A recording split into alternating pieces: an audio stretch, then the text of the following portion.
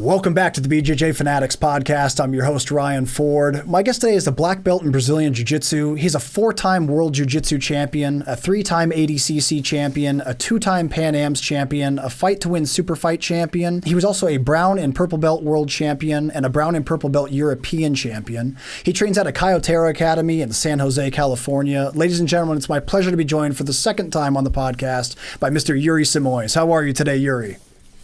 Hey, how you doing, Ryan? It's great to have you here again. Yuri, the last time you and I were just talking off air, I think it was like 6 or 7 years ago that I interviewed you last. It was a very long time ago. You've obviously accomplished a lot since then. You've been very busy since then, so I'm really looking forward to catching up with you. So thanks for taking the time to be here today. I appreciate it. It's my pleasure, brother. Thanks for having me. Of course, of course. So Yuri, what I'm going to do is, even though you've been on the show before, a lot of people might not know your story, your origin story. And I think origin stories in Jiu-Jitsu are really important to get to know the people behind the champions that we see out there competing. So tell us where you're from originally and what your life was like before you found Jiu-Jitsu. I'm from Rio de Janeiro, Brazil, and it's almost hard for me to remember my life before Jiu-Jitsu because Jiu-Jitsu has been in my life since I was like 4 years old, you know? So as far as I can remember, I have memories, Jiu-Jitsu always been there. But as I grew up, it started to like becoming more like part of my life until it was like, you know, like my lifestyle and my profession and everything. But in the beginning, I was just like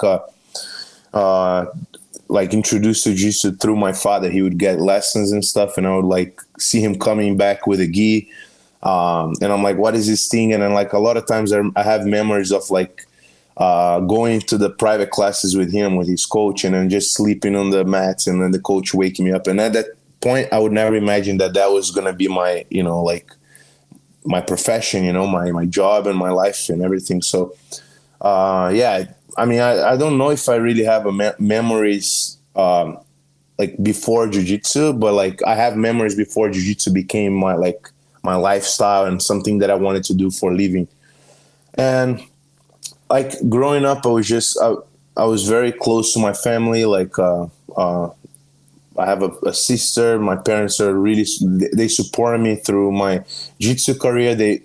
Initially they wanted me to study and do other things, but you know, once they realized that's what I, you know, really loves, they supported me throughout, like from the very beginning, you know. And I think before jiu-jitsu, I tried soccer, like swimming, all this stuff. Like I already knew and did jiu-jitsu, but I was not at that point where I was like, okay, this is what I'm doing for a living. So I tried all these different things, capoeira, you know, soccer, but I was like a kid, you know, so I didn't really take none of that serious, and jiu-jitsu was really the only thing that I stuck with, you know, and that I kept on doing. That's really cool. So before jiu-jitsu, it was just diapers and learning how to talk, pretty much. That's all that existed. It was exactly. Yeah. There's not much, much more than that. Yeah, that's great, man. That's so cool. Well, let's talk about that. So you said that your father trained jiu-jitsu, and that's what encouraged you to start training yourself. Did that come with any kind of pressure to I guess be as good as your dad or fill shoes or anything like that? Did you ever experience any kind of pressures to impress your dad in jiu-jitsu? If you're close, I think, like to your dad and you want to make him proud and stuff. So there's like, if you call that pressure, there's always that there, you know, like you want to make your parents proud and stuff, you know, like, but not too much, you know. It was, my dad was a hobbyist, you know, he had a full-time job, and jiu-jitsu was a hobby of his, you know, and we would watch, like, we have this channel in Brazil, you probably know, Premier Combate, and then way back in the 90s, they already had like jiu-jitsu matches, UFC matches, pride fights and stuff like that. So I was watching all of that with him, you know, and it was something that really like a hobby to him, and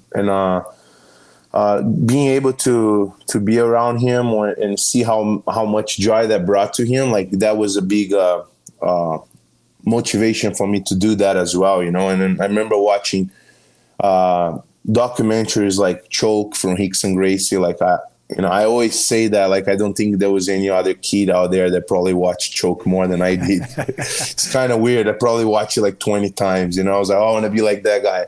Yeah. So all of that really like helped me to push me towards the jiu-jitsu, you know, life, and to be where I am today, like that was like very important for me to have that growing up.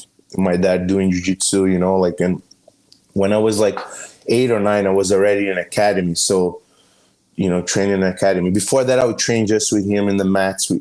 We had mats in the house. So, his co-workers and his friends would come over, and then like I would just train with like the adults. I was just a kid, but I would learn like the basic stuff, Americana, Battalion, and all that stuff. And yeah, around 8 or 9, I got to an academy, and I just stuck with it from that time into nowadays. Yeah. That's incredible, man. Yuri, something I always appreciate about watching you compete, man, is that you're about as game a competitor as there is, man. I mean, you show up ready to go to war for every match that you're ever in. I've never seen a Yuri Simoes match where you're just kind of chill. Like you show up ready to go. And I would love to pick your brain on that, because there's a lot of people out there who want to compete and want to have success in tournaments, but may not feel that they're completely sharp and calibrated mentally. So let me ask you this. Did you always like to compete? Was that something very natural that came to you, or is it something that you had to acquire over time?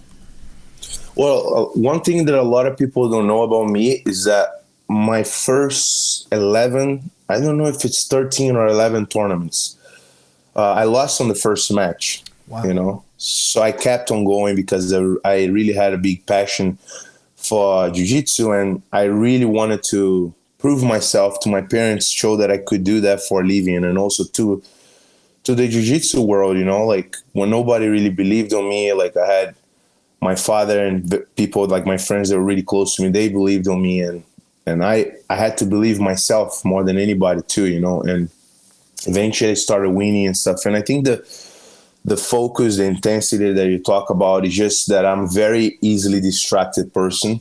That's also probably not something that people don't know about me.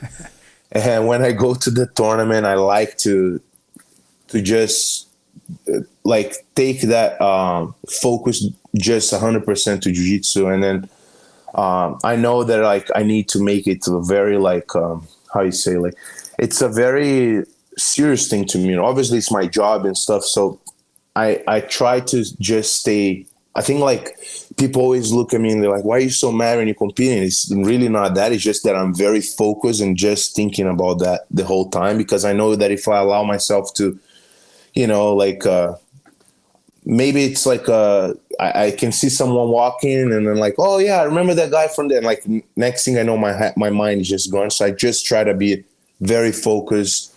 I had friends of mine like say, man, you were so cold and talk to me, before the tournament. I was like, man, that's just how I am, because if I stop and I'm like, talking too much and stuff, that can also throw my focus off. So I think that's just, I know like how I am and how I perform the best is when I'm very focused into what I have to do, in the present moment. And that comes with intensity. To me, that comes with intensity, and that's how I learned how to win and overcome those first 11 losses of my career with that, just like knowing myself and knowing what it takes for me to be focused and putting that intensity on the matches and stuff. So it's, it's kind of like that. That's incredible, man. Well, that really resonates with me because Yuri, I might be one of the most ADD people you've ever met. Like I get distracted so okay. Easy, bro. So I really do appreciate that, and that's really cool to hear that. Yeah. That's something that you've been able to really focus on and overcome. Let me ask you this: there are a lot of people who suffer in jiu-jitsu losing matches. There are so many people that you talk to that's like, dude, I just can't seem to get a win in mm-hmm. Whatever division they're in, whether they're new to the game or they've been around for a while. They always say that losing matches and going through those kinds of trials and tribulations is a character builder and it makes you better in the long run. That's easy to say, but hard to hear when you're going through it. So for people out there going through it, what do you think was the best benefit that you got from losing those first 13 matches? How did that help you in the long run to become who you are today? That's a good question. I think like it was extremely helpful looking at the bigger picture nowadays. Like, of course, I was so bummed back then, but like, looking at the bigger picture, I think it couldn't have happened another way because, like I said, like I did other sports growing up, like swimming, soccer, like capoeira, so many other things, judo and stuff. And I feel like I was like I had a good level of athleticism, and I did well on those sports, but then it kind of got boring. But like the challenge of having to overcome and win and prove myself was what kept me going with jiu-jitsu. And I think that it was perfect that I started losing, because I saw so many of my teammates at the time as kids, they were very talented kids that they would never lose a match. And then when they would get the blue belt, and they would go from kid division to juvenile, and they would get, they would get manhandled, like they would get beat up, and then they would crash. They would give up on jiu-jitsu because they were so used to winning that when they faced that disappointment and of the defeat, they would just like break. And I think that it was great that I started from a point where I was losing, because I felt like I had nothing to lose. And I was just like, okay, from here, it can only get better. So I feel like I used that as a fuel, and I started learning the rules. It's funny too, is that I didn't get tapped. I would just lose on a lot of points because I didn't understand the strategy or anything like that, And most of my matches lead up to the brown belt were most of my wins were done by submission, because I came from a very traditional jiu-jitsu academy. It was a lot of self-defense, a lot of foundation. So I had to kind of figure out the point thing on my own in my head, and then I also, like, once my coach passed away, I went to a more competition-oriented team. And I always say, like, my jiu-jitsu is kind of like a blend between a very traditional jiu-jitsu, like kind of like Gracie style, and then a jiu-jitsu, competition smart jiu-jitsu, where like I went to check my later, and it was like completely different approach, like more thinking about the points, the time of the match, and all of those things, So I think it was a good blend. But like I feel like I used those losses as a fuel. I started like learning a lot about myself too, on that process. And once I started winning, I just used that momentum to keep on going. So I think like if you're just experiencing losses in jiu-jitsu or, in competition, you should just like try to be, people say, oh, don't be so hard on yourself. I think being hard on yourself, it's good, but you have to be like very objective with your critique. Like you have to analyze, like, what can I be doing better? What did I do wrong on my matches? How can I fix that? Instead of just like, oh, I lost, that sucks, I need to win, I need to get to the podium. More like, oh, how did I lose? How did I allow that guy to sweep me? Did I give him a grit that I shouldn't have given him? Did I step my foot on the wrong spot? Did I place myself in the wrong position? Which part did that start going bad for me on the match? Once you start to having more like a logical approach, I think that starts changing things, and then just putting the time into your training, like I think competing as much as you can is very good, because I also like starting my joining competition, I suffered from adrenaline. I had a lot of adrenaline, and that's something that everybody has, but it's just managing that. It's very important, handling, learning how to handle that. It's very important. So I think like those would be good things to follow, for the people that are like struggling with not being able to win. Yeah, that's tremendous feedback, man. I love what you said there, that, if you started off only doing great and winning all the time, then it's going to be a really hard thing to deal with when you start getting to the higher levels and facing people that break you down. I love the idea of getting through the losing early so that you don't have to suffer later so much. You mentioned the adrenaline thing. A lot of people suffer through adrenaline dumps when they compete. You mentioned that's something that held you back for a long time. What helped you get over that? What are some things you do to help the adrenaline dumps not be so intense? Competing, like just putting myself on that situation more, on that uncomfortable situation, until it was not so overwhelming. And then I think also like going back fresh from the tournament, not taking a lot of breaks, but just going straight back from the tournament and going to address the mistakes that I did on the matches, and like what could I have done better.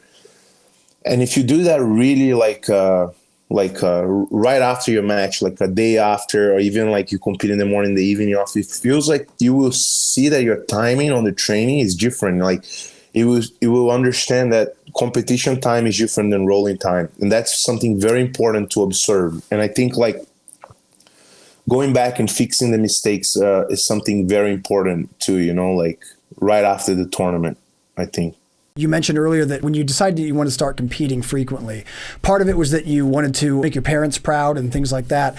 Over time, you obviously became 4-time world champion, 3-time ADCC champion. A lot of people, when they reach one goal like that, one landmark like that, they think, okay, cool, now I'm going to kind of coast and maybe start teaching, not focus so much on competing. And they feel like they kind of arrived. What motivates you to keep on going at this point in your career? What makes you want to keep on winning more and more and competing more and more, even though you've had all these great accomplishments already? Another great question. I think that's like so there is a time and place for teaching, or as far as like how much that will help you on your tournament. I think like once you get to a black belt and you're starting to have your game, like your game is starting to become solid, you have techniques and positions that you really like, you feel confident that if you get there you're gonna hit that on the match and stuff. Once you start getting on that, I think teaching at that point is very helpful, maybe for 1 or 2 years. Because it will force you to break down techniques that sometimes you don't even have to think about when you're just training for yourself. But maybe like a student will ask you something and you have to really deeply like analyze that, and you learn things about your game, and that was something that was very good for me to mature myself in the black belt and as a competitor. But I think at some point it starts to become counterproductive, right? Because it's like the whole thing about teaching is you have to care about others. You have to, in order to be a good teacher, you have to be on the mat and you have to be kind of selfless. You have to be there for the students. You really have to find joy into seeing someone accomplishing, whether it's like losing weight or winning a tournament or like just being healthier. Maybe it's an older person that just wants to be healthy, and that's, jiu-jitsu is that thing for them. And you have to find joy through those accomplishments of your students, and you're not really like there for yourself. Now, when you're competing, it's completely opposite. You have to be there 100% for yourself. So nowadays I found the balance where like I can go into seasons where I'm just teaching more and stuff. And then once I start going to competition, I don't teach as much. One thing is like, okay, sure. In 2 times a month, I'll do a seminar, I'll do a private class here or there. That's one thing. But once you're in a routine of teaching, that takes personally, at least like that took my energy a little bit away from my training. Once I got to the training, yes, I was able to finish my training. Like maybe for the first 2 or 3 years, it worked perfectly. Like I said, I was progressing. I was like seeing all those things that I couldn't see on my game. And then once you hit a plateau, I feel like that's when it was starting to be counterproductive, and I had to like have that realization that it was not really helping me, and I had to like manage it better, like separate the time, like the season of a tournament, and then the seasons where I would just be teaching, and more focus on that. And then some competitors, they don't really like teaching too. They do that because they need to make money. Luckily, I really love teaching. I really, really enjoy that. There's something about like teaching a technique that you do to someone and you see that person doing that in a tournament, or, that person started from the scratch and they were able to defend themselves in a situation, or they were able to hit that sweep, even in training, like if they do a move they show, it's very gratifying for me. So it's just about managing. And I would say like, if you have a target competition such as Worlds or ADCC or something, you want to have at least 2 to 3 months before that where your focus is on yourself, where you're not like pouring your energy into your students, So maybe if you can manage that and get someone to replace you, that is great. And it's like I said, you can still like find time to do a seminar here and there. That's not going to drain your energy, or like teach some private classes, whatever. But like once you get into a routine, it's just gonna take away from like your training. Like if you train 2 times a day and then you taught a class, maybe if you use that energy from your class, you could do a conditioning session, or you could like do it 30 minutes more. Like you're not going to be so burned out. And I think like something like 80cc, for example, or like Worlds or something like that, would demand 100% of yourself. So those little things matter. Absolutely, man. Absolutely. At the end of the day, though, what is it do you think that pushes you to keep competing? What drives you? Because you've already accomplished so much. What makes you want to keep on getting more and more? To me, it's just once I won the ADCC, you feel like, like a video game. You finish the game. You're like, okay, that's it. Like, what is there? And then you realize, okay, there are not a lot of ADCC champions, but there is even less guys who won that multiple times. And then I started to be like, okay, I want to really write my name in the history. I want to be someone who will be mentioned maybe 100 years from now in jiu-jitsu, like for my accomplishments. So like, then I decided to go on another weight class. I won my first ADCC on 88 kilos. And then I decided to go minus 99 and I won. I tried to go plus 99. I got hurt and I lost on my second match. It was the only ADCC that I didn't win. Then I won the absolute title. So 3 different weight classes. So that motivates me, like to go back and win some different weight class. That I find motivation into like setting bigger records, setting bigger goals, and try to like defer me from the other athletes even more, and that's where I am now. I really want to like outstand myself by my accomplishments, and you gotta love what you do too. If it's just like winning the title, it's gonna get old. But if you really enjoy going there and you enjoy beating the other opponents, and you enjoy like I don't know, putting your technique, your game plan into work, there are all those things that you can really like enjoy doing. It's not just the title itself, but you have to find things to motivate you, that's for sure. There were times where I was like, this is kind of getting old and stuff. And then you have to look within yourself and find things that will motivate you. And like, to me, it's like, that's who I am. I'm a competitor. I like challenges. I like to overcome obstacles, whether it's injuries or someone will tell me that I cannot beat that guy. And then I'll go there and I'll prove them wrong. I think that all motivates me. I find fuel into those things, Do you love everything about competition, or is there anything that you hate about it? I hate losing. You hate losing, yeah. Yeah, but I think everybody does, right? But I really hate that part of it. The adrenaline, there are like moments where you're like, okay, fuck, this is like, like I feel a little bit of pressure, but then I've learned to use techniques and things that will like kind of convert that, adrenaline or that like hesitance, before the fight because of the adrenaline. I learned how to channel that and turn that into motivation and like try to block that and focus on things that are more important. And when next thing you know, you're not really like feeling that, nervous anymore. So, but nothing really that I hate other than losing, Yeah. Maybe I hate losing for someone that I hate. That's the only thing that would be more. That's extra hard. Right? Yeah. Someone you don't like. Yeah, for sure. As someone who's highly competitive and someone who hates to lose, how do you process a loss at this point in your career? What describe the process of when you do take a loss? What do you do with it from there? How do you process the feelings? How do you process the results? And how do you come back stronger next time? I try to be very honest with myself. And when I go and I really lost, I really lose, and like, someone either outscore me by a lot of points or they clearly beat me, I have to go back to the office and then fix my mistakes, and that motivates me too. That, it's more frustrating when I know I won and and then it's like, someone goes and they give the victory to the other guy because they're afraid, because the other guy is hyped up. He has a big mouth. He's going to talk and stuff.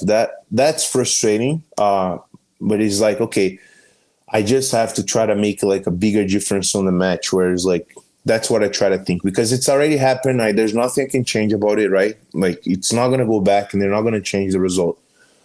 And then, like, to me, it's it's more motivating when I lose, and I really lose, and then I go back and I'm like, okay, this guy really like was superior than me in the match. So now I have a lot of work to do. So, there were so many times that I lost that I became so much better after that, because I took an honest approach, like, no, this guard that I'm playing, it's not that good. This takedown that I'm doing, I failed because there's like some details that I need to address, so I think like having an honest approach after your loss will help, Yeah, absolutely. Now, when you go back to the office, as you say, what type of things do you do? Do you typically review the footage? Do you watch the video of the match in depth? How do you analyze exactly like what mistakes you made or what things you could have done better?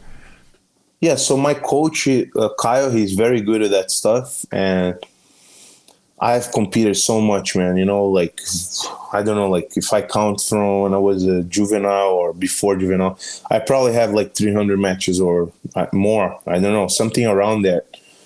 And I have a good feeling when I like off the match after that happened, after I finish the match, and if my coach comes to me and like, oh, on that situation, you should have done that and that. Rarely I'm going to have to go back and look in the video. I know exactly what he was talking about, and usually I just have to go, from there, just go to the gym and practice and put in the technique, and also like in the training, in the sparring rounds, I have to go and try to reproduce that situation where I messed up, But yeah, if I don't recall what he's saying, if I don't remember like when that happened in the match, then I go back and I watch. And sometimes I learn watching too, because there are things that I didn't really like notice, and I'm like, oh, I was so focused on that, and there was this thing going on that I could have capitalized. But yeah, I think it's important to study your matches and go back to the office, like I said, and fix those mistakes for sure. Yeah.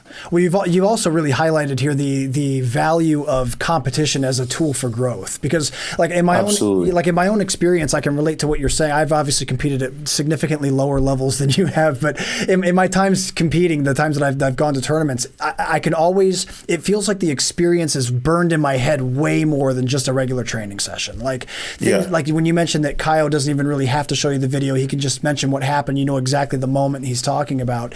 It's interesting how competition does that. It really burns things significantly into your head. And I feel like the lessons you learn there, good or bad, resonate a lot more than just normal everyday training. Do you find that to be the case for yourself and for your students as well?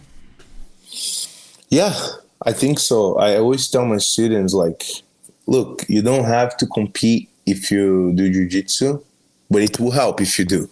It will only make it better, And a lot of those students, they, maybe they didn't compete for a long time. And when they did, they're like, oh, now I know what you're talking about. I understand the difference on the timing, Like even when you're competing, like you can hear the breath of your opponent. Like everything is like, you have to be so sharp with your timing. And the guy is really fighting, your opponent is really fighting to his best ability to not let you get you past his guard, to not let you take him down, to execute his technique on you. So, you will never really get the taste of reality, unless you have to defend yourself in a real situation, or, better in a competition with someone who is skilled and is training like you are and is trying to execute those techniques on you, and you're really having to use your best effort to make that work. I think that's a game changer for people that wants to evolve in jiu-jitsu.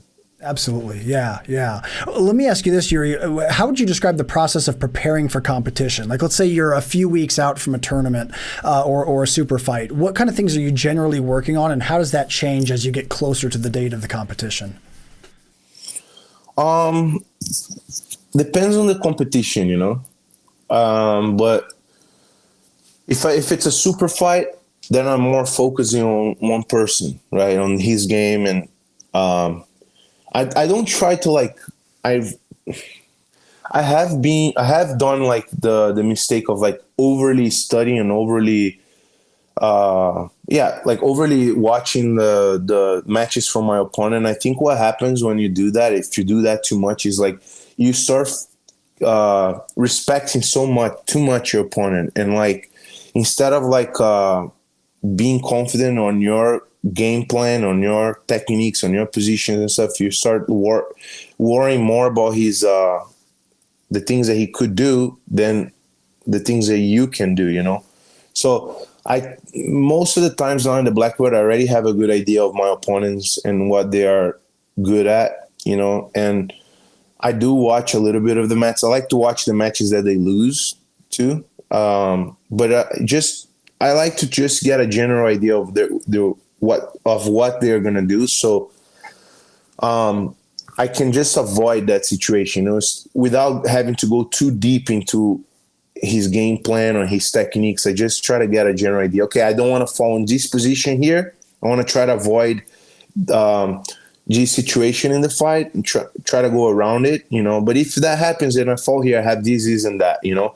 But I will try to bring him to my game. I'll try to bring him to the zones of the combat where I'm good at, you know, and not so much like falling. Like I just study him enough to avoid their main goal into the match, you know. But I'm not like, oh my God, if I fall on his close guard, I'm screwed. He's gonna finish me with an armbar.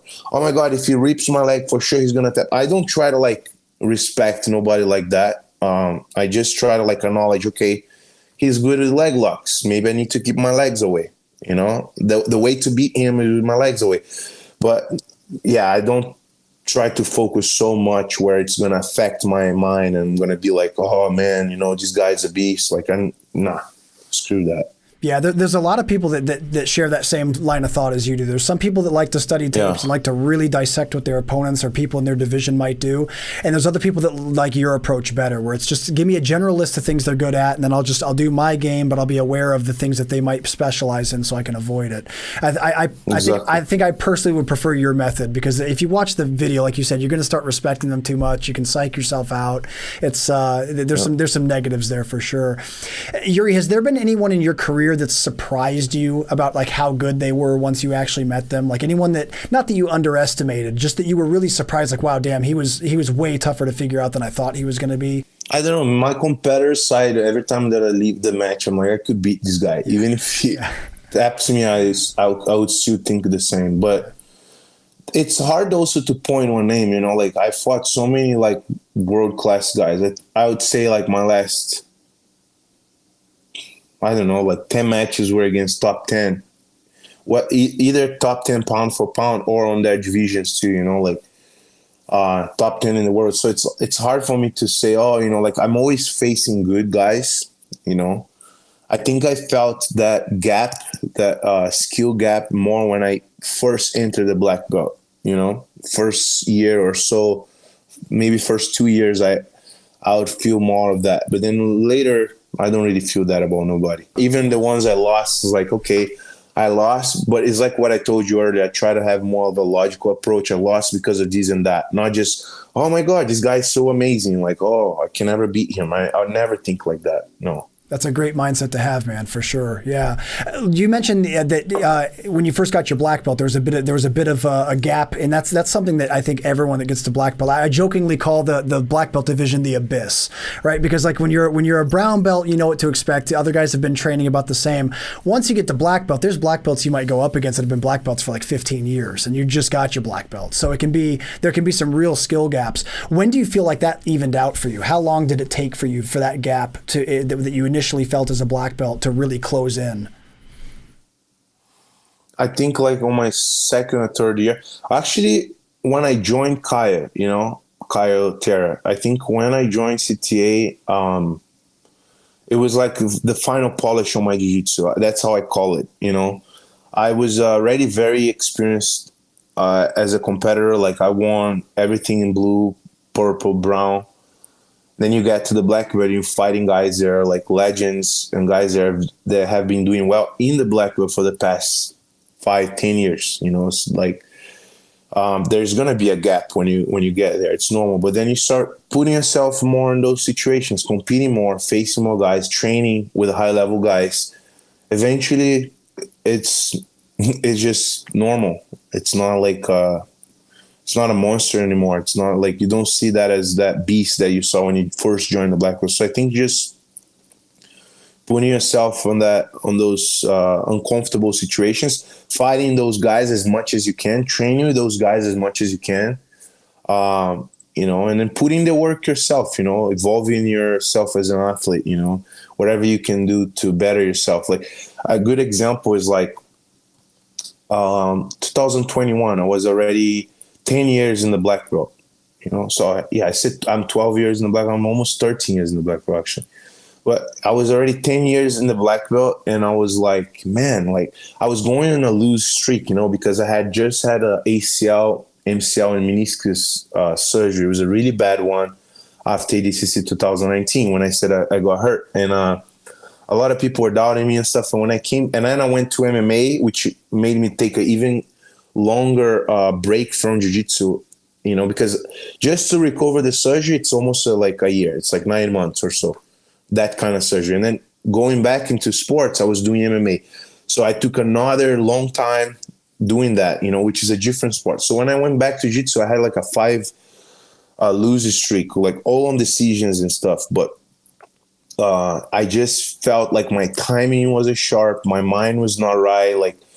But I was like training right. I was doing everything that I was doing when I was already ADCC champion and stuff. So then I found like sports psychology. So it was like, okay, that's something new, So then I started evolving that aspect.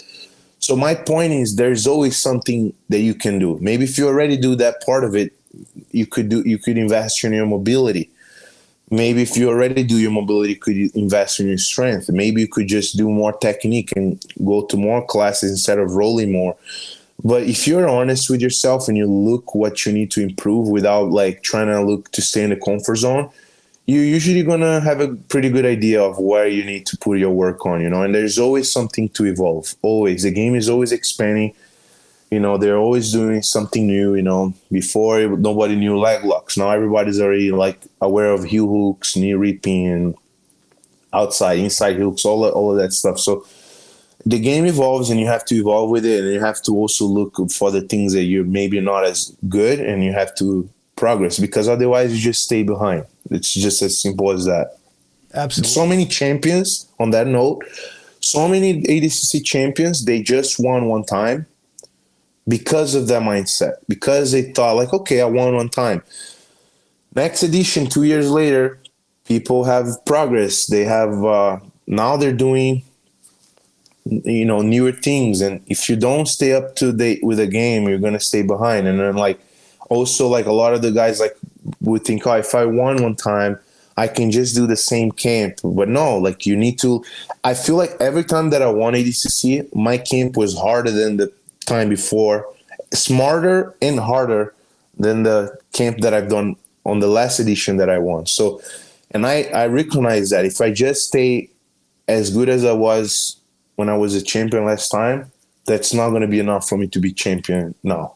That's the truth. I love what you said there as the importance of, as a competitor, keeping up with what's going on and keeping up with what's trending in the art.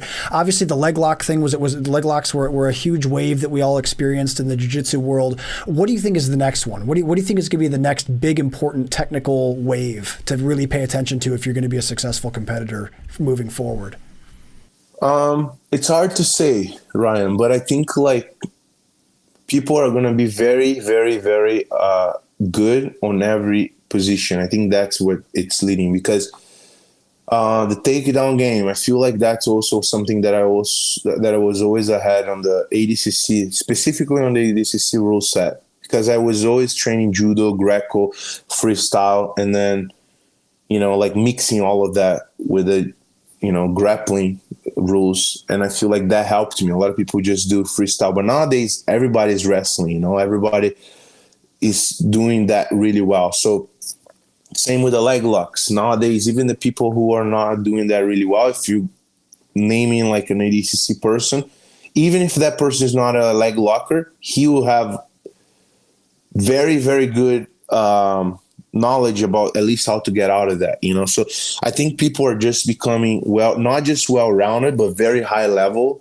on every aspect of the game. That's going to be the next, I think the next phase, because really, like, I don't know on top of my head what could like just unless they come up with a new guard or something like that. Right now, it's just, I think, like leveling up everything, like if someone is very good on the top and very good on the takedown, but the guard is kind of okay, they're not going to do well on something like ADCC anymore, So you have to be not just well-rounded, but very good on every aspect. Yeah, that's an excellent answer, man. I think I definitely agree with you. I think the standards overall are rising all the time. Like you have to get sharper and sharper in every aspect of the game for sure, because the water's just deeper than ever, man. It's unbelievable the levels we're reaching in skill across the board in jiu-jitsu. You mentioned the importance of takedowns, and that's something I've always appreciated about your game too. Is you always have a fantastic stand-up game. I can definitely see the Greco influence in a lot of the things you do too. What made you specifically target Greco? What drew you to that, and how has it helped you? There was one time that I spent like 2 months or 3 months in Sweden, and I had a chance to train in Malmo. I had the chance to train the Swedish national team there for quite a while. I was very new in the black belt. Maybe it was my second year in the black belt. It really helped me because they're only allowed to use upper body strength. And that was really the only time that I put a lot of focus on Greco. But then after that, like here and there, I would train the Greco guys and like do a private lesson. Like when I went to Turkey, I trained with some Greco guys. They're very good Greco guys. And in the US here, there is a friend of mine from Australia, Dennis. He's very good on his wrestling. Like he was, I think, freestyle and Greco national team in Australia. So he shows me some Greco things here and there. But like once I went, that one time that I went to Sweden, I realized that because they don't use so much the legs and other techniques like double legs or anything like waist down, their upper body strength is very, crazy. So I think like using that into like things like side control where you're holding the guy, body locks and stuff, it's like that really helped my game. Like that was like when the light bulb flashed and you're like, oh man, that was like one of those moments for me.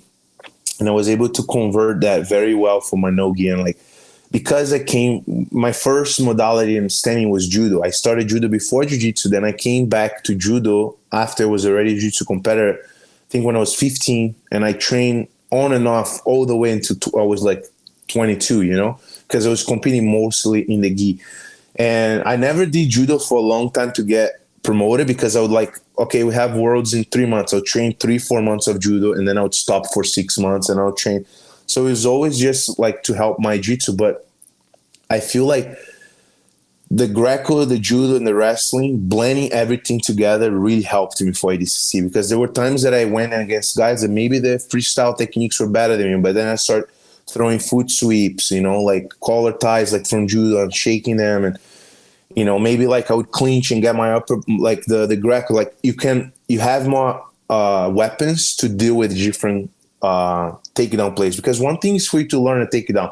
You go against an average guy or just a guy that has a good base, you'll be fine if you just have good level freestyle.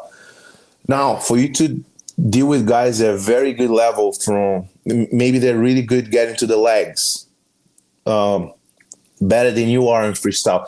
If you have something else that is unorthodox, that would like really throw them off. And I think that helped me, to stay ahead on the standing aspect. I can like adjust according to what they do. Okay, this guy does that, I'll do a little bit more of this and that, and then it works. The thing that comes down to that. That's awesome, man. Here's an interesting question for you. Let's say that a young athletic guy comes up to you, young athletic kid comes up to you and says, hey, Yuri, man, I want to be like you someday. I want to accomplish the things that you've accomplished. I don't do jiu-jitsu. I don't do any grappling sports. I want to start now. What style of grappling do you think I should start with to be the best grappler I can possibly be? How old would that Let's say like 15, a young kid. You just have to choose one? Yeah, like if you jiu-jitsu for sure. Yeah. Jiu-jitsu. I mean, obviously he'll learn everything, but what would you'd start him with jiu-jitsu before anything else? Yeah, but maybe if he was like a young kid, like say if I had a kid one day and then I'll put it on the martial arts or like I want that my kid to be jiu-jitsu fighter. I will probably have my kid at a very young age starting in judo and capoeira, which is funny because when I was young, I did capoeira for 3 months, and it was like that time where it was like jiu-jitsu versus capoeira kind of my mindset, and then like I was like, screw that shit ain't real and stuff like that. But the truth is, even I talked to my friend Fabio from England. He does capoeira his whole life. He's also a black belt, and he was explaining this thing about athleticism, like how gymnastics will really a kid's body and brain is like a sponge, right? They learn languages, they learn sports so much faster. So a lot of times parents will put kids in gymnastics to develop their athleticism, and from there see what, where they will fit better, which sport they will fit better. And I think capoeira is very much like gymnastics, but also you teach your kid how to fight in a way, it's more like fluent, So that will go really well for jiu-jitsu. So, that, and then judo. I would put judo as well, because that teaches you how to, judo is a rough sport. You have to fall, you have to get up. You have to fall, you have to get up. It gives you crazy base, very good grip, very good like top position and stuff. And you learn how to throw people. And I think like doing that for 2 years, and then I'll put my kid in jiu-jitsu after, like around 5 or 6, then he would start doing jiu-jitsu. That's for that age. But like if you already start with 15, just start with jiu-jitsu and then do other things on top of that. You can do a lot of things to complement your jiu-jitsu, so many things. And depending on your game, you might do something like if you're a guard player, man, maybe you want to do more like, I don't know, yoga, active mobility, I don't know, rock climbing to get good grips. There's so many things that you can do depending on your game too, and how you want to shape yourself. Yeah. Absolutely. No, I love asking that kind of question to someone like you who has experience in lots of different styles. So that's really cool, though. You bring it home to jiu-jitsu first and branch out from there. I'm actually trying to get my kids into gymnastics now. They're 4 and 2, so they're real little. But I would like them to do gymnastics first, like you said, to kind of get their body awareness going, their balance. I heard it's great. I've heard the same thing. Yeah, like there's people that swear by it. Like you said, it's a starting point to figure out where they would go from there. And I'm, of course, praying they go to jiu-jitsu, but I don't want to force them. So we'll see. We'll see where they go. But it's I'm hoping for jiu-jitsu. Let me ask you this: you mentioned your knee injuries earlier. You said you had some pretty bad knee injuries. I know you had meniscus surgery back in 2019. Have those changed the way you play jiu-jitsu at all? Have those injuries changed, or have you had to adapt your game around those injuries in any way? Yeah. Excuse me. I have lost a lot of range of motion on both of my legs because of the ACL surgeries. People don't realize how hard it is to get back from those surgeries, and I have had one on each knee, and one of those knees also MCL with it as a bonus. but the range of motion will go away a little bit. It's not crazy. Like I think like my leg I would fold my leg, bring my heel back like to a -1 degree or something like that, and it went to like 0 degree, or the extension of it. It's like a minimum difference, but you feel it when you're training, a little bit of difference. So that changes things, and you have to adapt. Especially on those few months back where you're like very limited on what you can do. But I think that's a great opportunity for you to work on other things, even like beyond jiu-jitsu. For example, I just got my rotator cuff repaired like 8 weeks ago. It was my 6th surgery altogether. Oh my God. 5 on my knees and 1 on my shoulder. And it's an opportunity for me to get my legs stronger. It's an opportunity for me to get maybe more hip mobility, do my core, like when I hurt my knee, I couldn't even walk like for like 2 months properly, so you gain weight and stuff. But then I try to get my upper body stronger and stuff like that. So same thing in jiu-jitsu. Like once I start, I think I'm like probably 2 weeks, close to the 2 weeks away from coming back to training. And once I start coming back to training, I'll probably use more of my footwork. I'll try to rely less on my gripping and stuff to preserve my shoulder, and as a natural thing, a consequence, my, other things about my game will get better, I'll be able to tell you that maybe a couple weeks from now. But I noticed how that happened when I hurt my knee. So I'm sure it will be the same with my shoulder. And like a lot of people, like they're like when I say about my surgery, they have the same reaction that you had. But like to me, man, it's a great thing. Imagine if it was 100 years ago, I would be done. With the first ACL, I would be done. That'd be it. Yeah. Yeah. And I also think I have a theory that like a lot of people either retire or they break after a major surgery. Meniscus is not so bad. You're like 1 month out and you're back, right? But a major surgery will get people retired, and top athletes mainly because, these guys are doing amazing things with their bodies.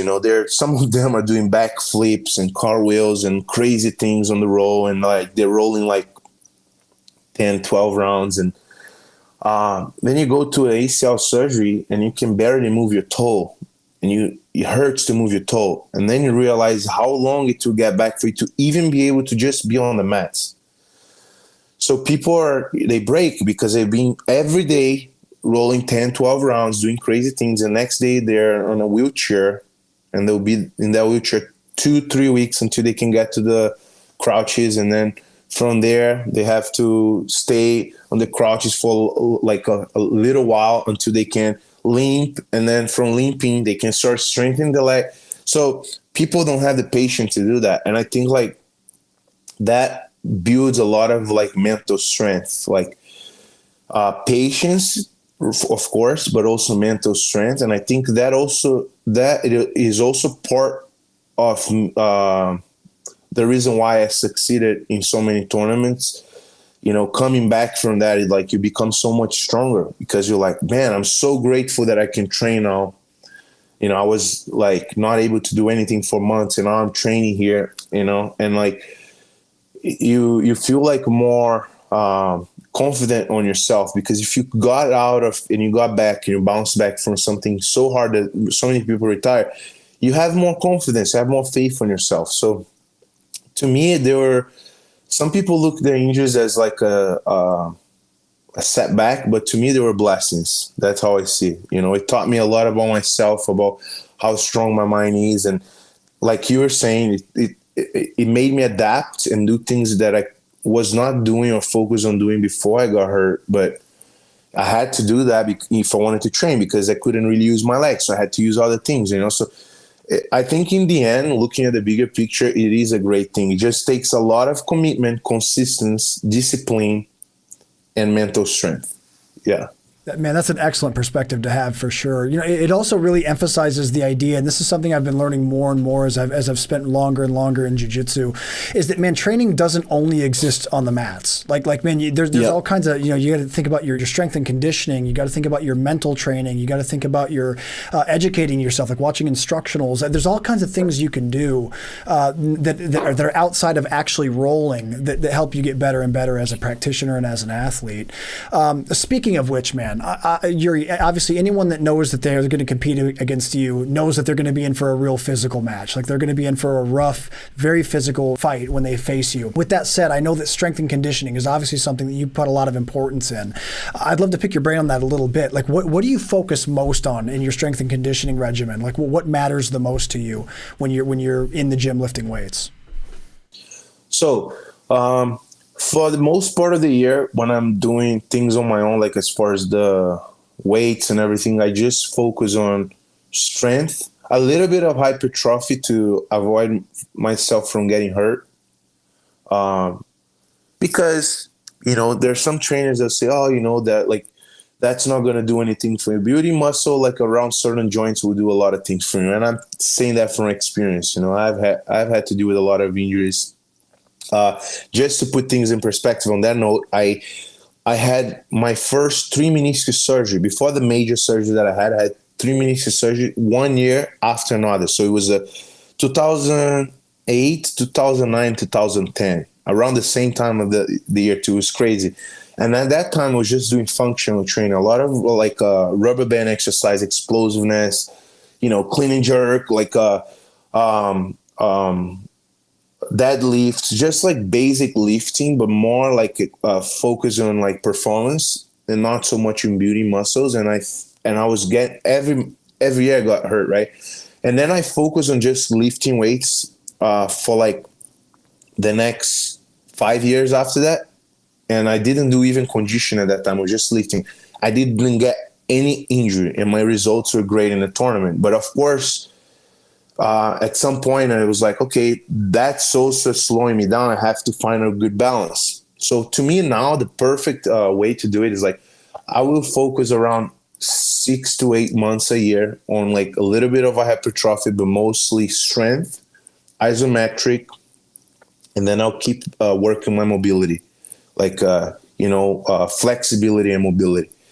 And then once I get to and then I don't try to go too crazy on the cardio. I just do either long distance cardio every here and there. I'll do some sprints, and I'll focus more on like the cardio aspect on the training, on the gym.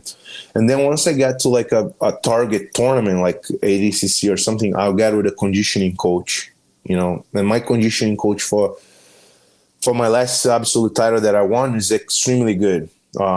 His name is Eitan. He was, I think, former Olympic, like I think he was in the reserve team for the Israeli judo team in the Olympics. And then he worked with, I think, the first female to be a world champion or world medalist in the U.S. He worked with the judo national team in the U.S.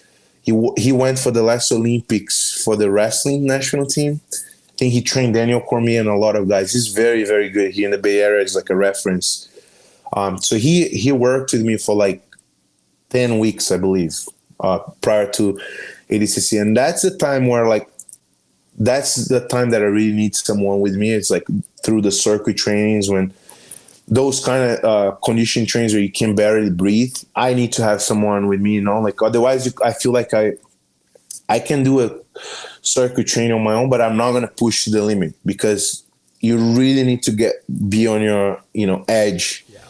So to get the benefits from it. So like during those times, I like to go with a professional coach and have him helping me with it. And then throughout the other part of the year, I just I also get advice from many coaches. I gather everything like that I learned throughout all my travels around the world and, training with different coaches and people. And I know what works good for my body. And I try to focus too on like strengthening the weaker parts of my body, because a lot of people go lift weights and they just like, oh yeah, bench press feels great, I'm going to do that. So they focus on what they're doing good. And then what it does is just cause imbalance in your body, which will make you more susceptible to get hurt.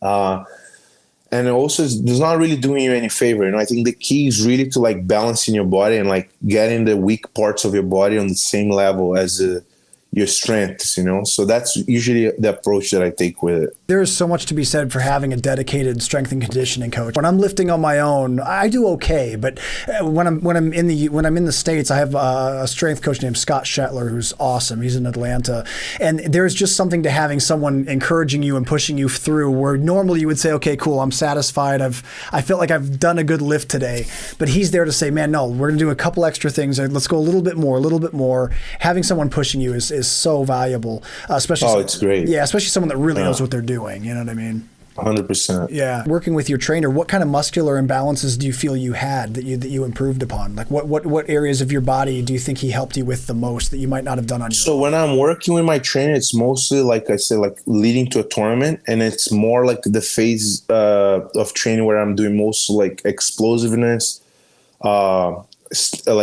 endurance, explosiveness, like a lot of sprinting and like circuit training. It's not so much strength, like especially the last camp, Eitan, he would guide me through like all those different circuit training where he would like mix like isometric and then exploding, like he would put all those different physical attributes into the circuit that you use for jiu-jitsu. But like what I was telling you about like finding your weaknesses and stuff is like, I kind of know my body, and I know like, okay, this part of my body, it's statically weaker, but it's also physically weaker too. Like on the training, I'm feeling that maybe like this part of my body is not so strong. So then I start paying more attention to that. Or sometimes I'll just have a session with a trainer. Like most of the times I'm lifting by myself, but like I know so many trainers, I'll go lift and then I get an advice. It's like, oh yeah, that part of your body is weak, focus more on that. But that's more like during that time where I'm like just building strength and stuff, When I actually go to a trainer, it's mostly for like circuit training, explosion, just performance, not so much like balancing my body or injury and stuff. Another guy that actually helps me a lot, that's Dr. Dino here in California. So even when I'm doing the conditioning training and stuff, I'll go to him, and he's like a chiropractic physical therapist, but he works with all the AKA guys, all the jiu-jitsu guys from the Bay Area. He's very good here too. And he'll keep my body in balance when I'm doing those like circuit trainings and stuff where my body's falling apart. Sometimes you'll find like a muscle that's kind of like turned off, and he'll kind of like activate that muscle. So you help me prevent from getting hurt, and you just keep that maintenance weekly, when you're doing like something like very intense and when your body is on the edge, every little thing matters, your hydration, your sleep, you're going to your physical therapy to just maintain. Something is a little bit sore, you have that. I mean, I think like if you're already like at a black belt level or like world-class level, you have to have a good body awareness, and you should be able to listen to your body like, oh, I feel a little bit of pain here, but that little bit of pain could potentially become something really bad like a month later, So I'm really good listening to my body, and then I have Dr. Dino helping me with those things too and keeping my body in balance and stuff like that. That's excellent, man. You mentioned earlier that you used a sports psychologist as well. And that's something that I've always really wanted to do myself. I haven't been able to do it yet. But what do you think is the biggest impact that working with a sports psychologist has had on your jiu-jitsu and on your career?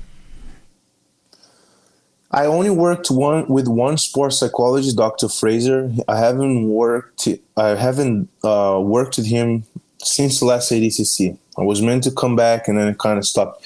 I plan to come back. Like, I learned a lot of things from him though that I continue to use, and like he helped me a lot. The whole like ice bath thing, like I knew that as a recovery purpose.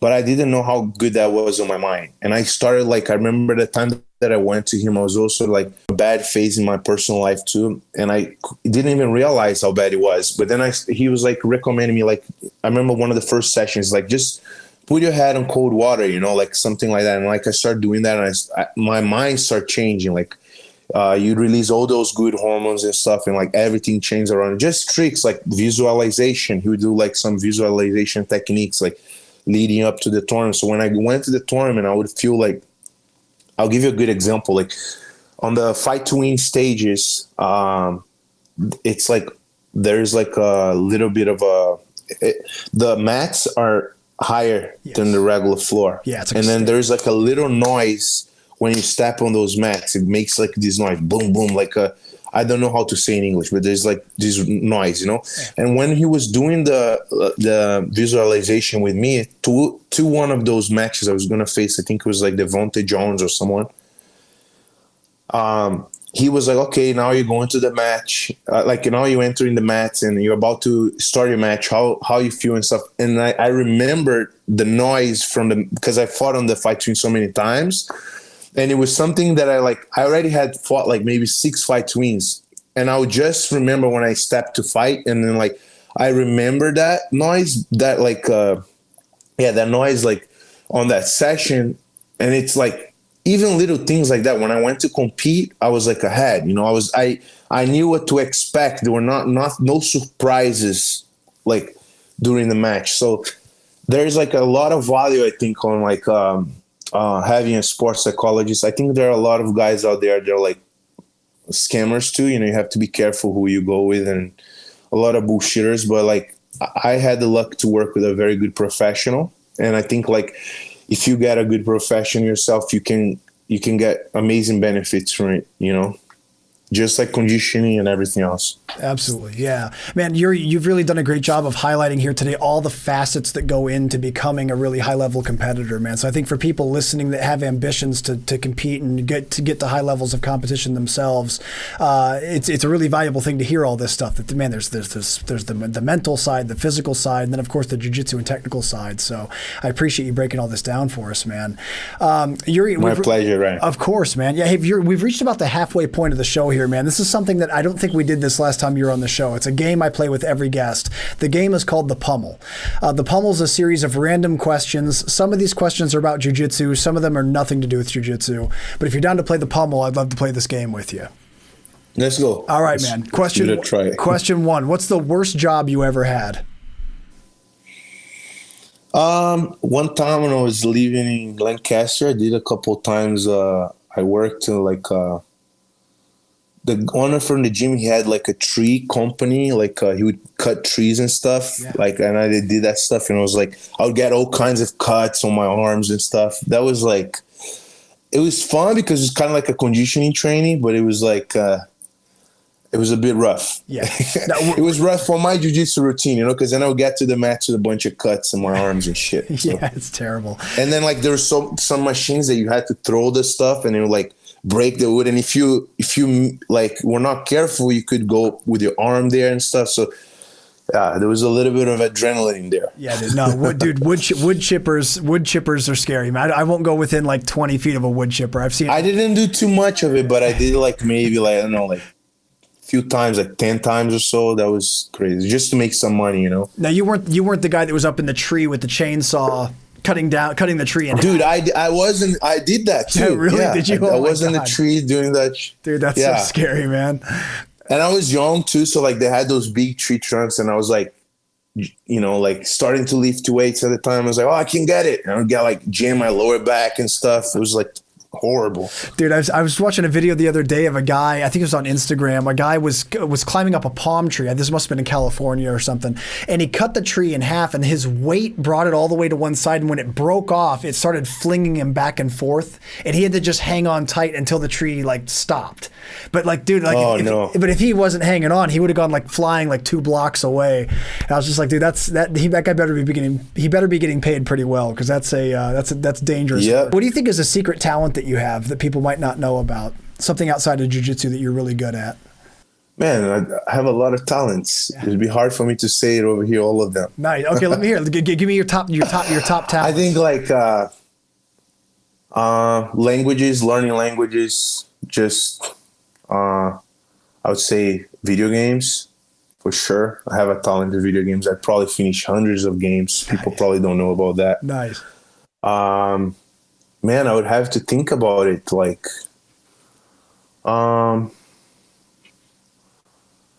you know, I wish you would like give me a warning before that. So like, if you ask before we started the podcast, I would have like at least like 10 things. You know, there are some things that I cannot say here in the podcast that I'm very talented with. But yeah, next question. Wait, let's focus on the video game. Give me your top 3 favorite video games of all time. Okay, top 3 video games. Fallout 4 for sure. That's gotta be first one. Nice. That's fucking sick game. Yes. Red Dead Redemption 2 is pretty good. I like the Easter eggs they have on the game, and it's like, I like the games that are random.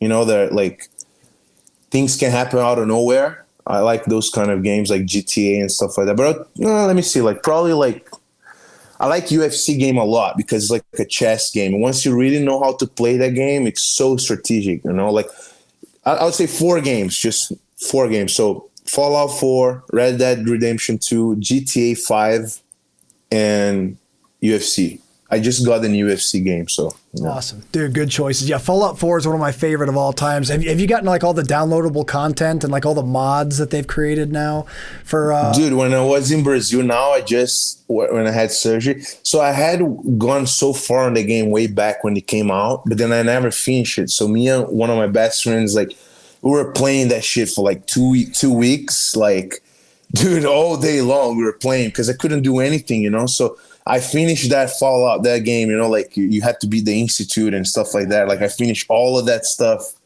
But when we were getting to the point where to get the download, we were like, okay, let's finish everything and then we'll get the packages, you expand the map and stuff like that, right? So when we got to the point, I was already coming to the US, so I didn't get any of that. But next time, for sure. Dude, there's some good... They will come up with a new one, I think, with the Fallout 5. Yeah. I hope so. Yeah. I thought I saw something that Bethesda, I think is the name of the company. They're in process of making a new one. Yeah, I can't wait for that.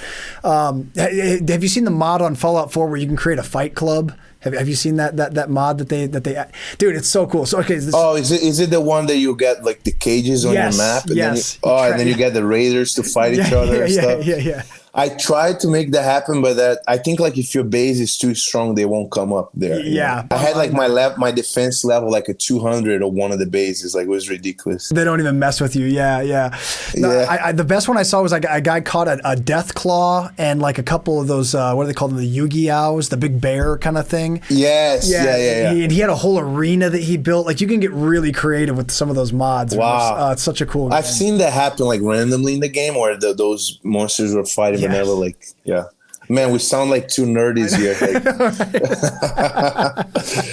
it's so if they don't play Fallout, they don't know. They don't understand. Right? No, they're missing. The problem is not us, Yuri. The problem is them for not playing Fallout. Exactly. They're the ones that are missing out. It's them that's missing out. Yuri, what's your favorite bad food to eat? What's your favorite junk food? Oh God, I could say so many right now. Like, man, you know what bad food that I eat a lot? Even when I'm eating clean, I have a hard time to cut that. What's that? I actually bet with Kyle that I bet $100 to Kyle that I won't eat that until ADCC. I probably already lost the bet. I mean, yeah, let's just keep that. Maybe we added that part after the podcast. Okay, yeah, I probably lost the bet, but it's French fries. French fries. Dude. Okay. Yeah, I have that with everything, French fries. All right, now let's zoom in. Let's lean into this. Okay, describe your perfect French fries, because there's people that like fat crinkle fries. There's people like the steak hand fries. peeled.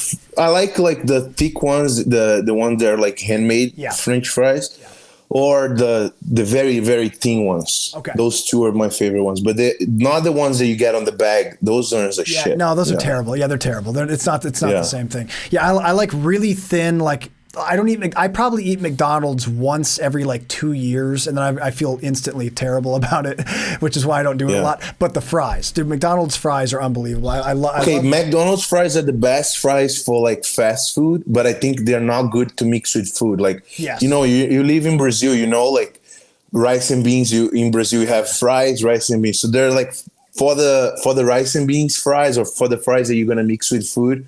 I like the hand made fries, like the rustic kind of cut. Yeah, just yeah.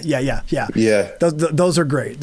I don't crinkle fries are okay. I don't know if you guys have in California Zaxby's. Do you know Zaxby's, the restaurant? I don't know. I never heard about it. I think that's going to be a Southeastern thing. There's a restaurant called Zaxby's that has pretty good crinkle fries. But other than that, I'm not really into crinkle fries that much. And I don't like, what do you think about waffle fries? Do you like waffle fries from like Chick-fil-A? Or Waffle fries are good. Yeah. I like them. Which one has really, the one with the chicken. What's the chicken fillet? They have good waffle fries. Yeah. Chick-fil-A. Yeah, Chick-fil-A has good waffle fries. Yeah. But I'm with you. I think overall, I'll take a thin, like a thin cut McDonald's style fries, or like Steak and Shake has the same kind of fries as McDonald's, or the rustic. Yeah. So good choices, man. Yeah. Do you put any kind of special toppings on your fries, or is it just salt? No, I like just plain, just salt. Nice. That's it. Nice. Yep. Excellent. We have to move on, otherwise I'm going to get really hungry here. What's your favorite? Please. What's your most hated food? What's a food that you cannot eat no matter what? Dude, so that's how dedicated I am to winning, because I eat that when I'm training, because I know it's super healthy for you, but it's liver. I fucking hate liver. Yeah. My mom loves that, but I can't stand that. But I'll eat it because I hear so many people how good it is. I'm just like, I'm chewing that and I'm, it's just like torture. It's very nutrient rich. Is it the texture or the taste that bothers you about liver most? Both, yeah. Both, for sure. Yeah, all of it. Yeah. Do you like chicken? Do you like chicken hearts? Chicken hearts I can eat. It's not so bad. It's not my favorite food, but it's definitely not my worst food. Yeah. So I love chicken hearts, but it's more the flavor than the taste. Like if I get it like mapasado, like if it's not cooked really well, I can't do it. It's got to be. That's the one food. Like usually I like my meat like medium or medium rare, but if it's chicken heart, if it's any kind of organ like a chicken, it's got to be cooked a little bit more. Otherwise the texture. Yeah, for sure. Yeah. Otherwise you feel like you're Dracula. Yeah, exactly. Yeah. What do you think was the scariest moment of your life?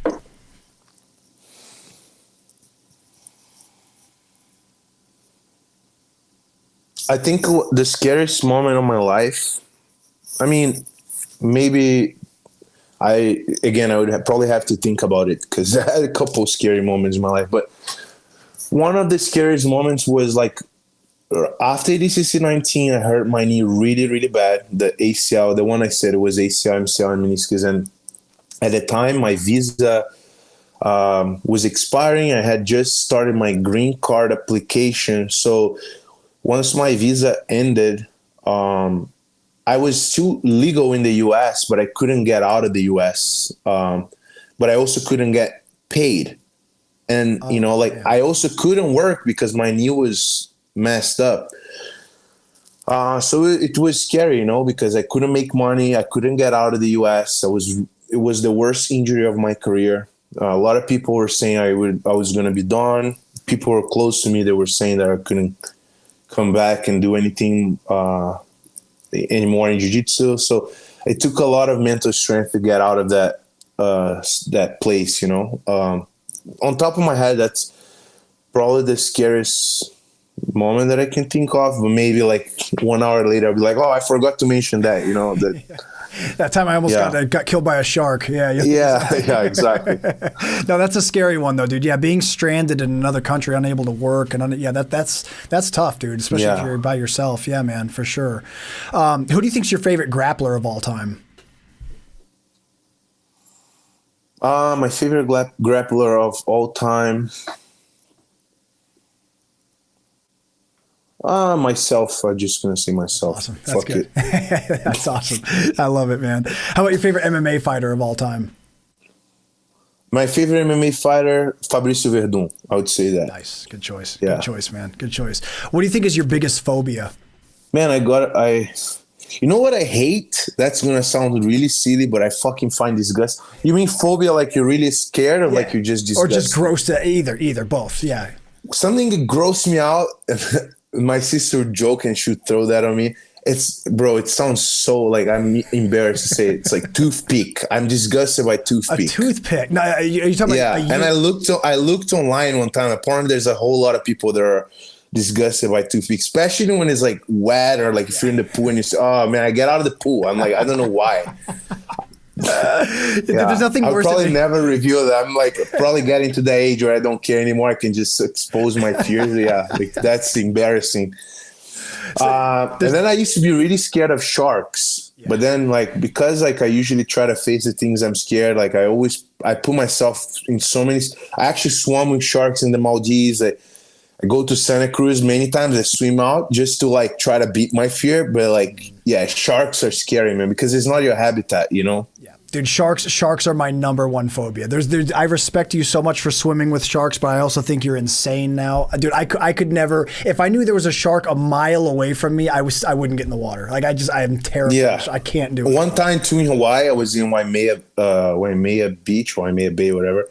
And they have massive waves there. And the waves were huge. And I was with a girlfriend at the time. I was like, oh, I'm going to show I can do it. You know what I mean? I was like, I'm going to go. And this was several years ago. But I went on the water. And, there was even always when you go to Waimea, almost always there's this guy saying oh, be careful with the waves. You can break your spine or whatever. They were massive, And then when you're in that pocket of water between the shore, between the sand and the wave, it's a lot of current that pulls you to that big wave. And those are not the waves for you to surf. Those are, I think some people do bodyboard them, but they're really dangerous because it's very shallow and they break, So I was stuck on that thing. That was also a scary moment, right? And I am like, fuck, what am I going to do? Because I was right at the point where the wave was going to break. So once I felt that, I swam back to the wave and I went under it. And when I went under it, I saw something. And I went out of the water. And when I went back in the water, I saw a blackfin shark. It was scary because the current was so strong and he was chilling. And in that moment, I used to think nah, fuck that. I can probably survive or fight my way out of a shark attack. Bro, he was chilling and the current was so strong and that was scary, and he wasn't even that big of a shark. Maybe it was 1.5 meters, 1 meter, something like that. It was big for that kind of shark, but not like a huge shark. But it was the first time I saw a shark in the water. I was like, oh, fuck. So then I swam back to the wave. I was like, I don't mind dying by the wave. You know, I swam back and I got out of the water. Yeah. Dude, Yuri, I'm seriously, I'm sweating right now, bro. That story, yeah. I can't deal with sharks, bro. I can't do it. Oh, man. Yeah, that was scary. What do you think? Oh, you said the toothpick thing. Okay, are you talking about used toothpick? Like if you see a used toothpick coming near Yeah. Yeah. I mean, I just hate toothpicks, but I think used toothpick, yeah. Please, guys, don't ever bring that around me, whoever is watching that podcast. My sister teases me and like throw that on me sometimes.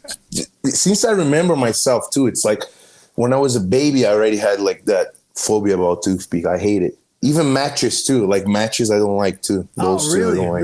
Really? Okay. Yeah. Something about something about the shape of it, or just I mean, people. I don't know, bro. Like I used to lose my appetite. That's how bad it was. Oh, I'm like, dude, I have to man the fuck up with this shit. Like, what point is it gonna not be like a phobia anymore? I was just.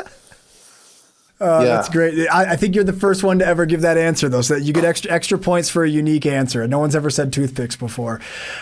You talked about the shark attack thing. What's the largest animal you think you could beat in a fight? Like if you had to get in a Fallout 4 fight club, you've been captured by a raider cage, and the other animals across the ring from you, what could you beat? Man, what animal would that I could beat? I don't know. I think I could probably beat a mountain lion to survive. Yeah, like not to kill it, but I could probably defend myself against a mountain lion. Yeah. That would probably be the biggest, probably wild predator that I could get out of, you know. But then again, I guess I don't know, bro. I don't want to fight no wild animals, you know. It's not on my plan, but maybe an alligator, like not those huge ones, but like like some alligator that is my size, I could probably beat too. Dude, those are bold. Sure. I love these. These are two bold answers. Mountain lion and alligator. Those are not easy animals to survive, though. Not that I would just pick a fight to them. Yeah. Man, 3-time ADCC champion. I believe in you, bro. There was one guy that choked a mountain lion. Like you saw that in Colorado.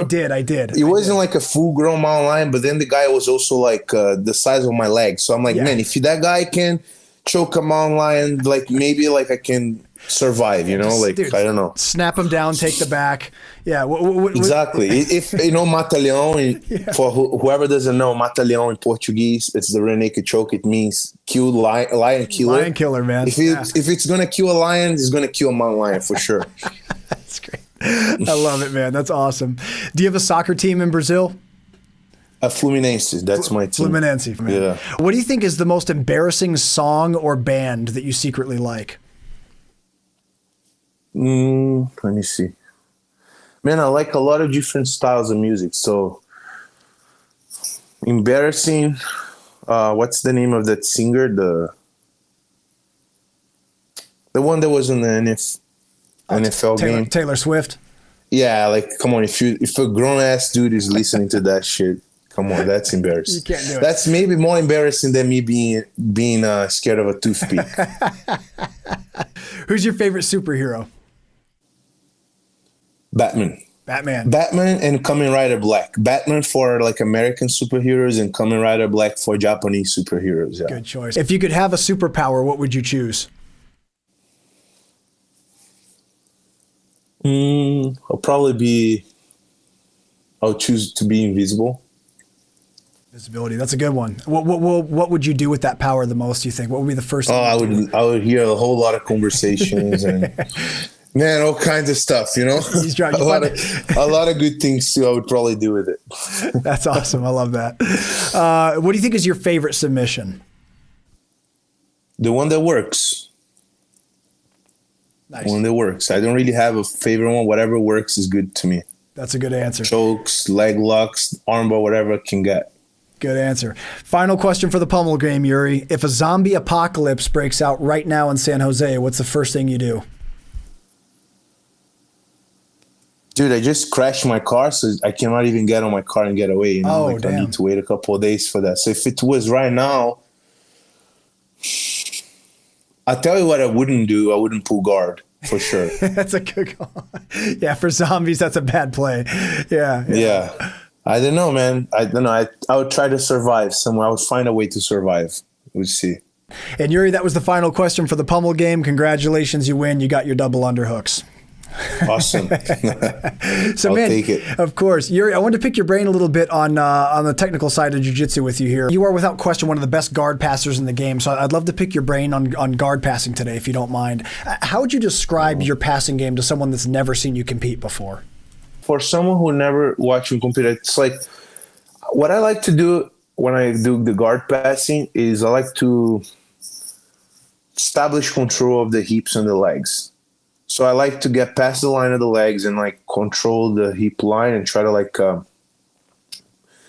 make them carry my weights on their hips, slow down the hip, because with the hip they can hip escape, they can create the space to recover, retain the guard and all of that stuff. So if I can shut that down before I focus on the upper body, that's my goal. Sometimes they just will give you the underhooks and the upper body control, and then that's something they're like, at some point I was so focused on doing like my style of passing that I was even ignoring that. And it's important to also know what is the easiest way, you know, because sometimes they're being very hard to control. Like they're not making it easy for you to control their hips, but then sometimes they're giving away their upper body. So it's good to know when you can just like, don't be so stuck minded on doing one thing and go for the upper body. But like usually my style of passing is like, I try to get an angle, control the hips, control the legs, and then start progressing from there. I call it checkpoints, you know, like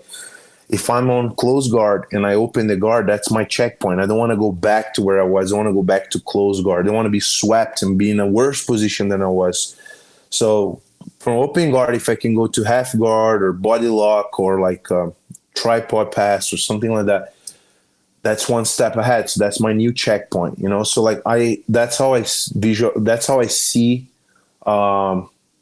jiu-jitsu on a lot of things, like checkpoints, you know, like a lot of people when they're starting the jiu-jitsu journey or like learning and stuff, they're everywhere, you know, they're everywhere and nowhere because they get to the mount and now they're on bottom and they get to the side control. The guy flips them and, you know, take their back, whatever. So learning, I think my passing style and like my whole game is like learning how to not lose the good positions, keep the checkpoint. And from that to you either go for a finish or you go to a better checkpoint, you know? That's outstanding. Man, I love that idea of checkpoints. Let's zoom in on that if you don't mind. So what's the hierarchy of the checkpoints when you're passing guard? What's the first checkpoint you're usually able to get to? And then what's your ultimate checkpoint to try to arrive to? I mean, the answer for that could be very complex, and like maybe I would need to in some positions I would need to like be showing you what like doing stuff, like showing you having someone here with me so I could show you what I mean. But like just to make it easier, like starting standing, for example, right? If we're facing each other, that's a neutral position. Nobody really has no advantage there. You could do like a blast double or something, but it's like a lot of you're gonna have to counter your opponent's mistake and, you know, like not his poor reflexes and stuff like that. But now if we're both standing and I get to a 201, that's a checkpoint. I'm on an angle, I'm in a good position. From there, I have a lot of attacks. You don't have a lot of attacks. You have to actually clear that to do something. So from that checkpoint, if I can get to an underhook or to something that is more certain, or if I get to the takedown, right? Once I get to the takedown, now we start in the ground, it changed the dynamic. But like for standing, we're facing each other. I get to 201, checkpoint. I get to an underhook, that's a checkpoint, that's a head. I get to double on the hook, that's really good. If I get to your back from the body lock, awesome. That's ultimate checkpoint on the standing. If we go to the ground, and I fall in your close guard, you're able to close guard. Okay, one of the worst situations for me to be on top, maybe 50-50 in close guard, right? Okay, I clear myself with that. I'm on open guard now. That's a checkpoint. I tripod, I get my frames, I do the tripod pass, I get on an angle. I'm not really like on half guard or anywhere, but I just get you on your side. From being an open guard to there, that's a checkpoint. Now, from there, I go into a knee slide half guard. My knee's out of the half guard, and I'm with the underhook. That's a great checkpoint, you know? The guy pushed me back to a regular half guard and get an underhook on me. I went back. So, like from like an underhook from the half guard, I can go for the double underhook, or I can pass that, but I cannot go back to close guard. I cannot go back to give him an underhook. And then on those checkpoints, you're going to find the resistance. First off, your opponents are going to try not to let you get to that position. And once you get there, unless that's his game, he's going to try to push you away from that and get away from that position, reset, or get to where he was before. So keeping those checkpoints are also very important. Fighting and not like accepting his attempts to, a lot of times I see people, they don't, even like, dude, I see black belts too, like they'll get in a position and, okay, say, for example, they're in a good half guard. They're in a half guard, the guy's kind of flat, right? And they'll just ignore. Maybe the guy's looking for the underhook. They'll ignore that attempt until that turns into an underhook. They'll ignore his attempt, And I think like you have to pay attention on everything, and you have to address everything that's going on. And that mindset will also help you to maintain the checkpoints, not lose, and make sure you have a solid position. Now from here, I can only go forward.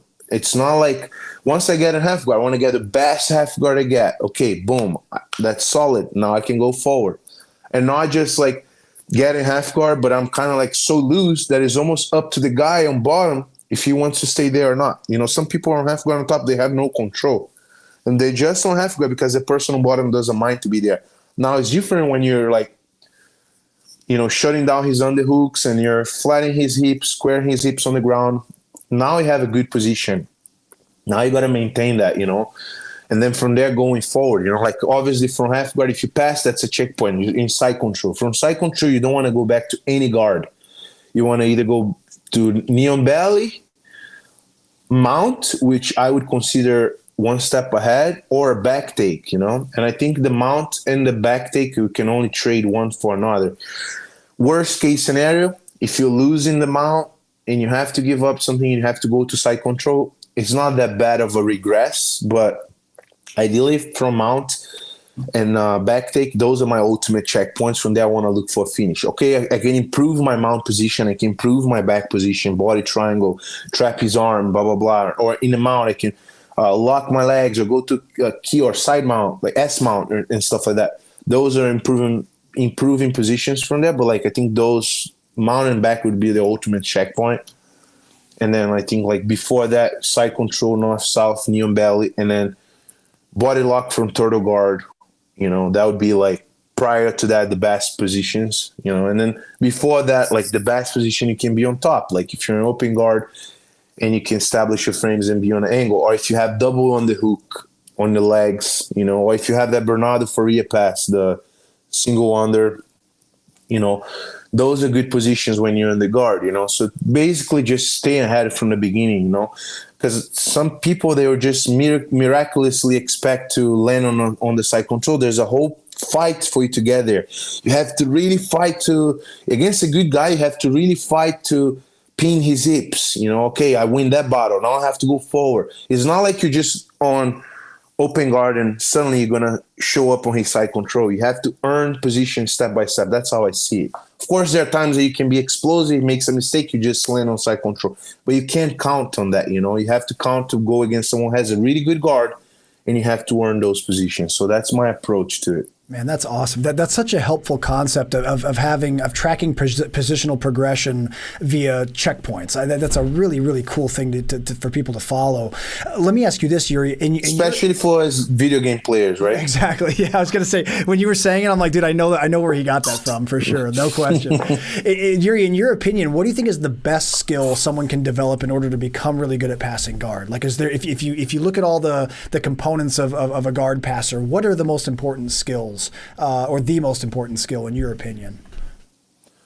Weight distribution, footwork, gripping,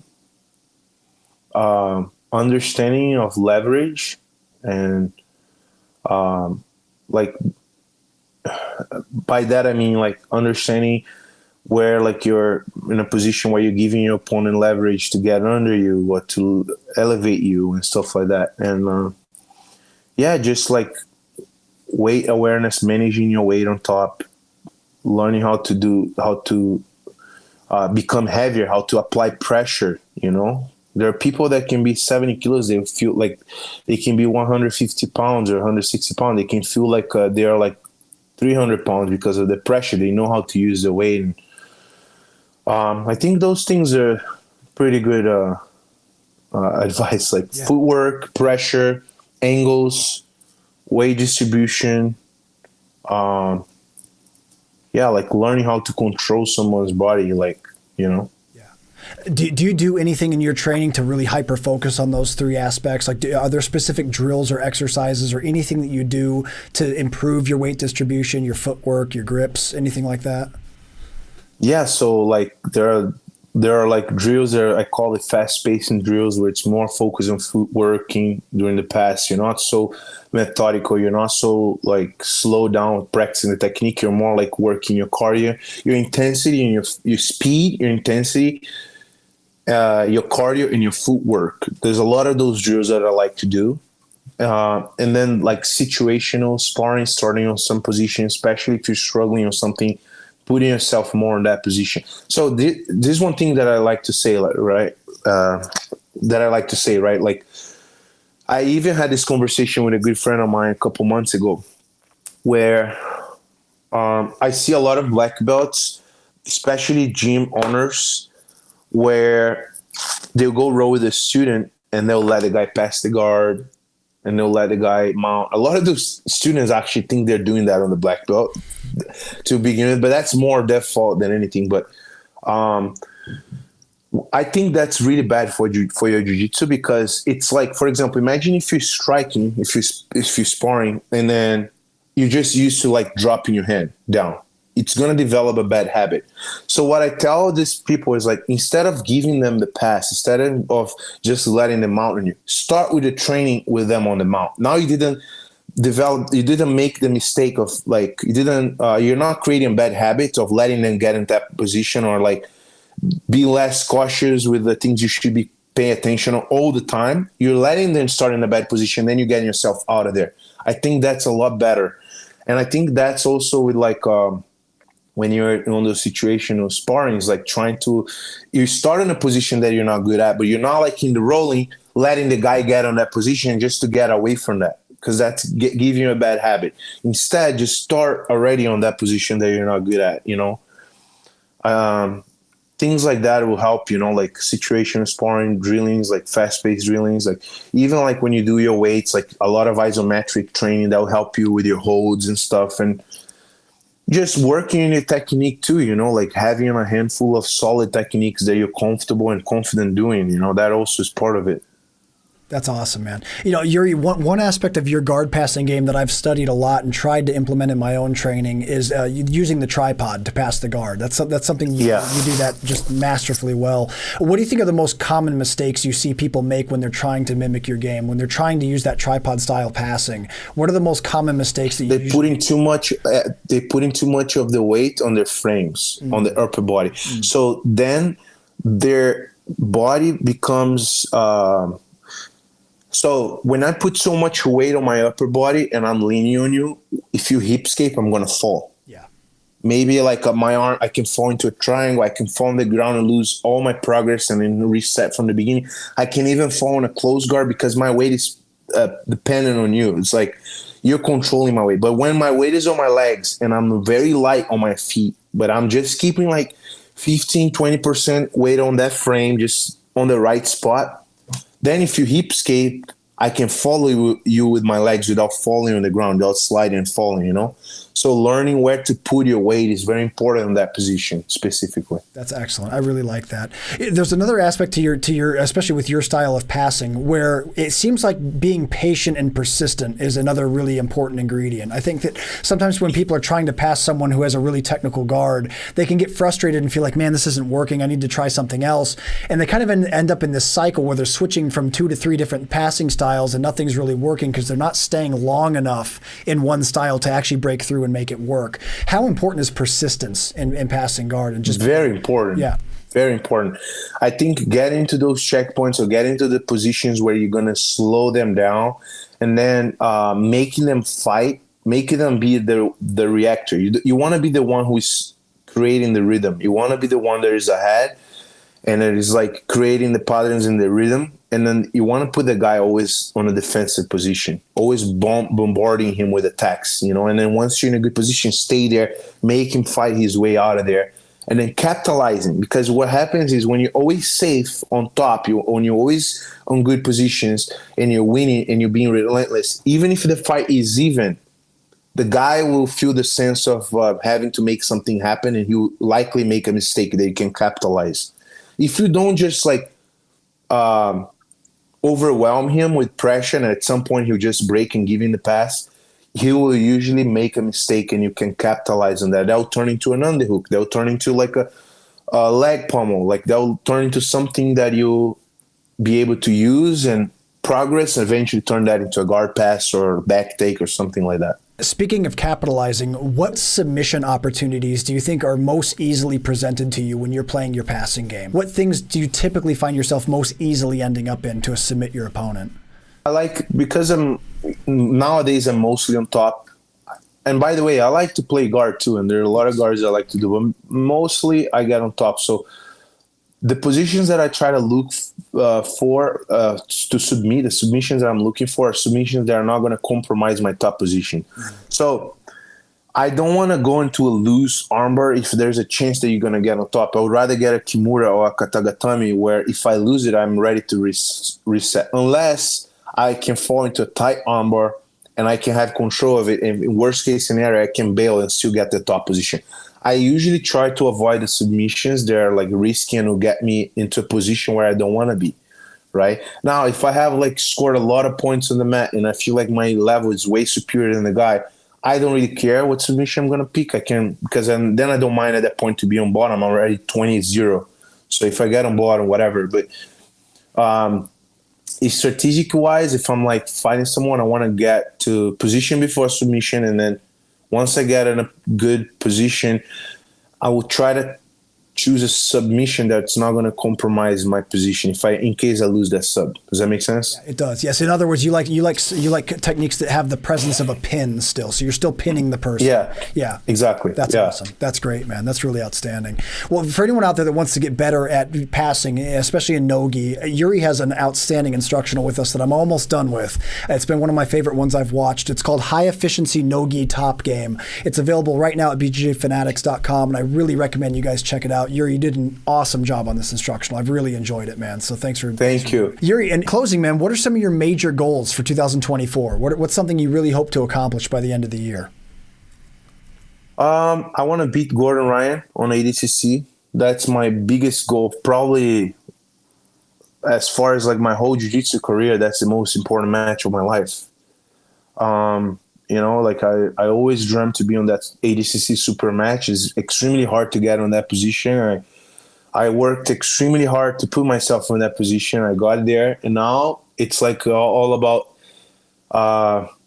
I was saying before, like I want to end my grappling book with a golden page and win another division, right? I think that the last page will be like winning the super fight, because that's the only thing that in ADCC that I haven't done. I've done 2 different weight classes. I done the super fight is the only thing to do. And then against an athlete like Gordon, that would be a great victory, you know. He's definitely the one guy to be beat right now. So I would love to be the one person to do that. And especially on that opportunity, on that super match, you know, that would be amazing. So I think that would be closing my grappling book with a golden page, beating him there. That would be an incredible match, man. I know everyone would love to see that match. So we'll see what happens, man. That's really outstanding. It's really exciting, buddy. Yeah. Well, folks, unfortunately, we're fresh out of time. Yuri, I don't know why we haven't done more interviews in the last 7 years, man, but it's been so great to have you on again all this time later. It was great catching up with you. Great conversation. I appreciate all the great insight you provided today, especially for people who have competitive aspirations. I think this was really valuable advice and content you gave today. You're welcome back on the show anytime you'd ever like to come back. Thank you so much, Ryan. Thanks, BJJ Fanatics, for having me. I'm glad to hear that you like the podcast. I also really enjoyed my time talking to you. Yeah, man, let's do that more. Let's do that more times. 100%, man. I would love to. In the meantime, for anyone out there that wants to keep up with Yuri, it's really easy to do so. He's most active on Instagram. His Instagram is Yuri Simoes da Silva. You guys can find him there. Make sure you follow. He's also on. He's also got a website, yurisimoes.com, and he's going to be updating the website. Right now, the website's a little out of date, but he's putting some effort into getting that updated. So make sure you keep an eye on his website, yurisimoes.com. And then, guys, if you're ever out in San Jose, make sure you swing by Kai Otero's Academy. He's there all the time training. Really great facility and top-notch instruction. So drop in if you guys are able to. If you can't make it to San Jose, you can learn from Yuri anywhere in the world here at BJJFanatics.com. We talked about his instructional high-efficiency no-gi top game in depth today, so be sure to check that out. And then we've also got more coming out from Yuri in the future, so make sure you keep your eyes peeled on BJJFanatics.com for more good instruction from him. And that's going to do it for this episode, everybody. I really appreciate you tuning in. Please stay tuned for the next episode of the BJJ Fanatics podcast.